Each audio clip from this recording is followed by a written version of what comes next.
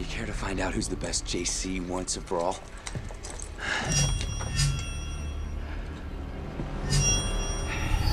Jace and Jonathan face off, and it's a battle to see if the Downworlders or the Shadowhunters can stop Valentine first. Let's break down Season 2, Episode 19 of Shadowhunters on what happened. What's up, everyone, and welcome back to this week's recap of Shadowhunters, all about the episode titled Hail and Farewell. We say goodbye to one character, but is it really permanent? And Clary and Jace rekindle their romance. Now, with only one episode left of this season, shit's going down. So Alec has called an emergency meeting of the Downworld Council to discuss the plan of attack for finding Jonathan and Valentine. Before the meeting, Magnus, Luke, and Raphael gather at Magnus's, where he is enjoying some drinks, and he seems to be the only one partaking. He tells Luke and Raphael that they really need to cozy up to the Seelie Queen because she's offered the entire Downworld protection in the Seelie realm if things start to go wrong.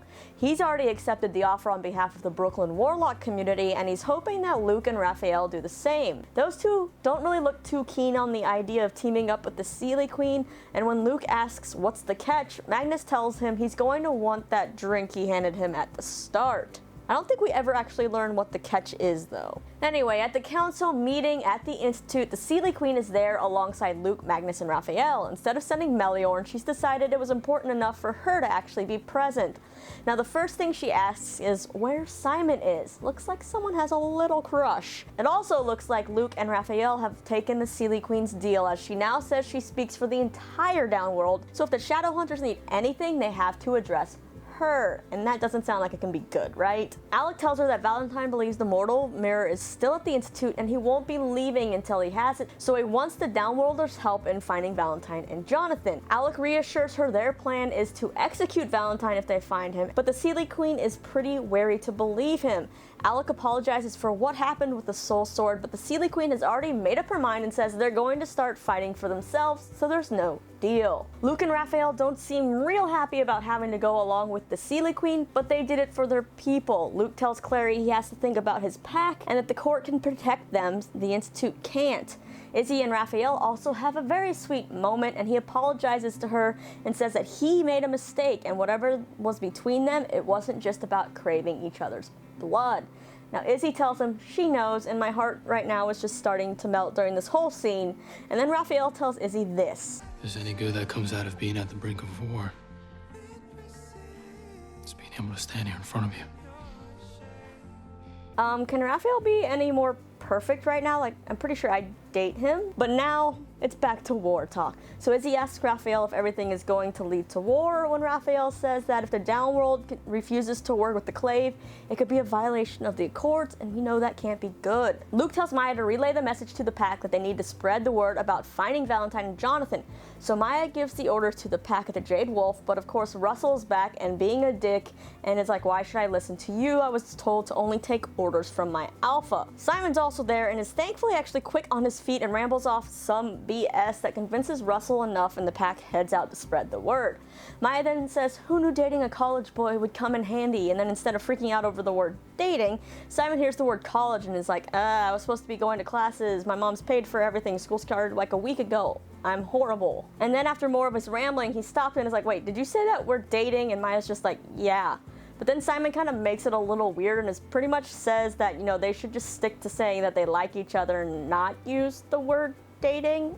At least that's what I gathered from this really confusing relationship conversation. I really don't understand relationships. Then Clary shows up to kill the mood even more and goes off to talk to Simon while Maya grabs a piece of broccoli from one of the plates, bites it, throws it back on the plate. The server then takes that plate to go, well, serve it to someone.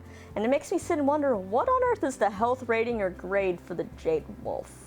Like, I don't think that Yelp review from that customer is gonna be good. Well, it seems like Simon's totally over his brooding and the awkwardness about the breakup with Clary, as is Clary, because everything seems to be back to normal to best friend territory. And I'm sitting here thinking, man, these kids really kind of move on fast. Clary tells Simon she's happy for him and Maya, and she just wants him to be happy. And then she tells him that she really actually just wants a favor. She wants Simon to go talk to the Seelie Queen because he's the only one who could probably get her to change her mind about what's going on. Simon's like, wait, like, why me? And Clary tells him that the Seelie Queen actually asked about him. As Magnus has his warlock community over, including cute little Madsy, Simon goes off to meet with the Seelie Queen, who has now taken a new form, a grown-up form, in the appearance of Sarah Hyland. Now this clip has been shown before, it was shown at Comic-Con, and it kind of just like reaffirms that the Seelie Queen really has a thing for Simon. Like, I'm thinking like if she's in an older form, maybe he won't be so weirded out by her flirting. Because, like, Simon can't flirt with a child, but he can flirt with Sarah Hyland. And I mean, he totally checks her out for a hot second. Your queen's danced before you. You were a child, and now you're confusing. Simon then tries to get her to reconsider, and the Seelie Queen is like, let me offer you protection. As long as you're by my side, you won't be hurt. He realizes that she really does want war, and she's like, I want change and you. Well, I mean, you gotta give it to her. Girl knows what she wants. She asks Simon to join her and she'll give him whatever his heart desires, but Simon's like, oh, no thanks. And this is now the second time that he's refused the Seelie Queen's offers, which baffles her because in her long lifetime, no one's ever done such a thing. Sadly, lady, you're learning rejection is a part of life, even for a queen. Well, the Seelie Queen does not like rejection, it seems, especially from the object of her affection, and it seems like Simon is going to pay for this. Simon finds Luke and asks if he's seen Maya, and Luke's like, no, but we're supposed to meet here. Well, looks like outside the Jade Wolf, Simon found Maya's phone broken and asks what happened to her. And for a hot second, I was like, wait, oh no, that biatch Ollie best not have taken Maya, because you know Ollie's been spying on Luke and Maya, and we don't know what she's up to yet. Well, thankfully she actually didn't. Maya wakes up dazed and confused in the Seelie court. Now Maya asks to see the Queen, and Meliorn tells her that the Queen will be with her after she's dealt with a more pressing matter. What's that matter? Well, in order to tell you that, I have to move on to the storyline with Valentine, Jonathan, and our favorite Shadowhunters, so let's just go ahead and do that. Jonathan is taking out his aggression by punching steel beams on rooftops and eventually returns to the apartment to tell Valentine, well, he's been found out and they need to leave. Valentine asks where the mirror is, and Jonathan informs him that, well, Clary took it from him. This kind of gets a laugh out of Valentine because he's like, I thought Jace would have been the one to best you. After some arguing, they leave, and Clary, Izzy, and Jace show up at the apartment. Now they see someone sitting at the desk, and when they turn to the chair, surprise, it's the real Sebastian Verlac. Gross and rotting, by the way. Jace points out that this guy's been tortured and dead for days and is the actual real Sebastian. They then say their Shadowhunter goodbye, which translates to hail and farewell, and then they get quite the surprise.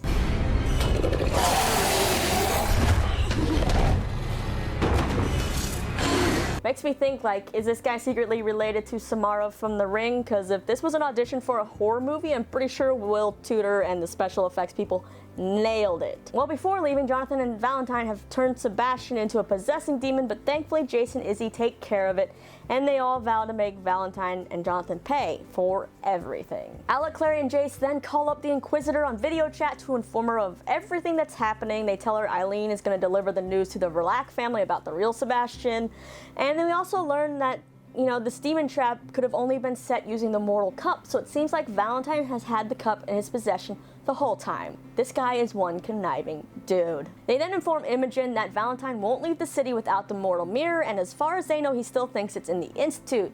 So Clary then fills Imogen in on the true location of the mortal mirror and that they want soldiers around Lake Lynn, and Alec informs her that he's going to ask for help from everyone in the downworld in capturing Valentine. Now Jonathan and Valentine are working on the next part of their plan, and I don't know who thought it was a good idea to let Jonathan near a park where kids are playing. He just stares at them so weird because he obviously has daddy issues and is jealous. Valentine informs Jonathan that his operative in Alicante sent him a fire message that the true mortal mirror is in Lake Lynn, not the Institute, and Jonathan's pretty pissed that he wasn't told that Valentine had a spy, and he's really not being let in on most of Valentine's plans.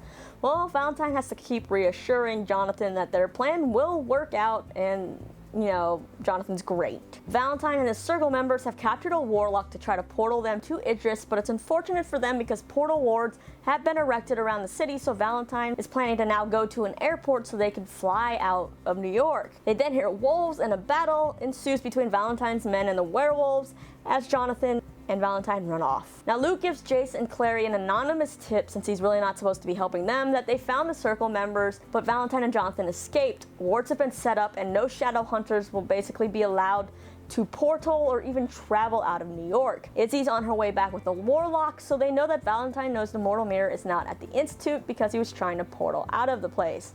While Alec and Jace are talking, Clary begins to have one of her visions again, and she tells them she thinks she can speed things up, she just needs Jace's help. She basically thinks she can track Jonathan using her blood and the angelic connection that she and Jace share.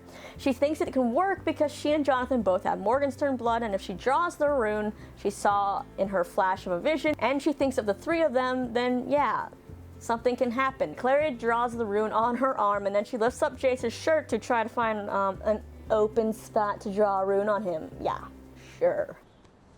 Help me find a blank spot? Could you...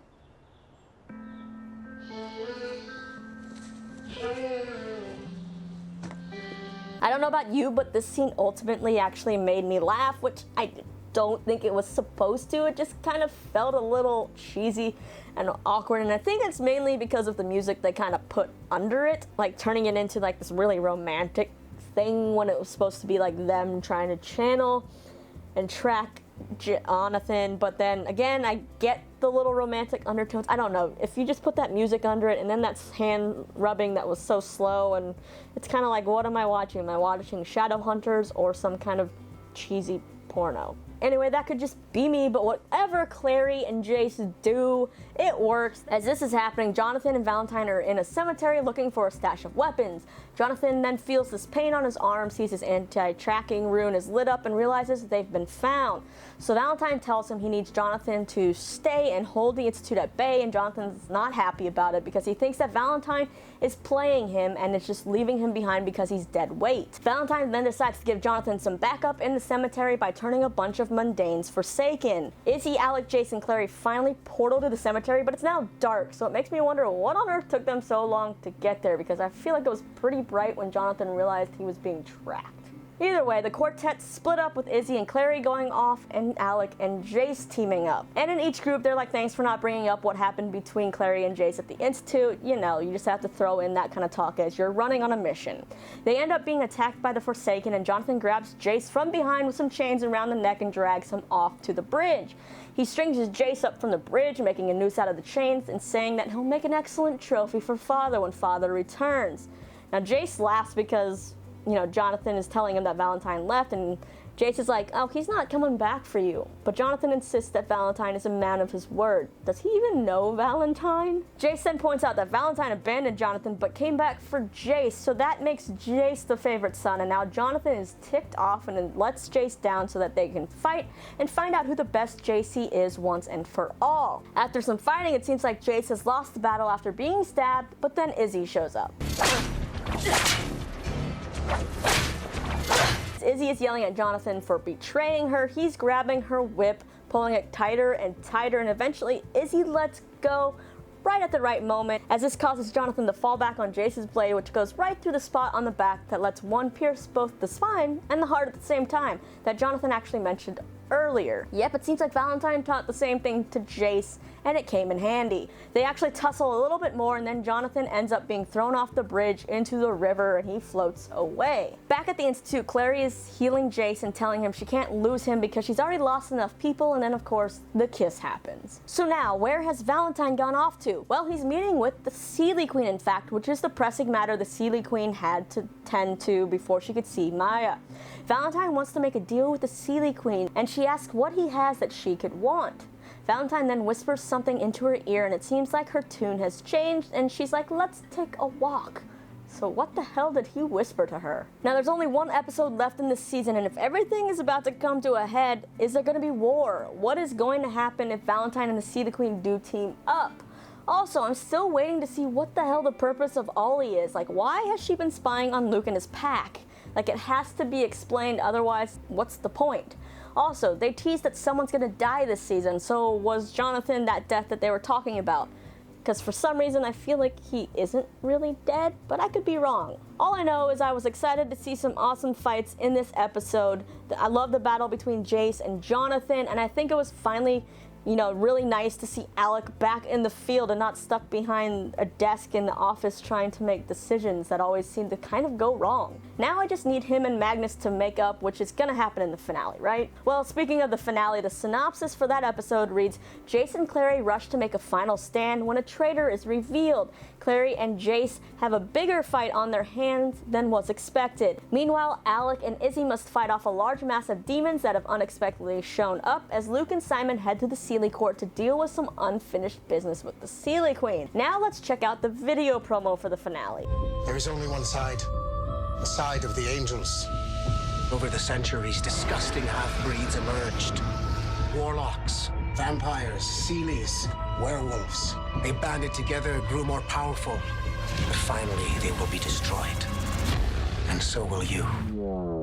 We need to help them. I got this. Alright, so who do you think the traitor is? What do you think of this promo? Things are getting intense, right? Will Valentine be defeated? Is someone else going to die? All I know is I can't wait until next week to find out. So leave me all your thoughts and theories in the comments down below or on my social media. Also, let me know your favorite part and the least favorite part of this week's episode. After that, you can click right over here for even more details on Once Upon a Time or my interview with Megan Fahey from The Bold Type. And if you haven't yet, be sure to hit that like button if you like what you see and subscribe because I'm going to be here every week talking about Shadowhunters and more of my favorite TV shows and movies. Why? Because I think it's fun. Anyway, I'm Lisa and I'll see you next time.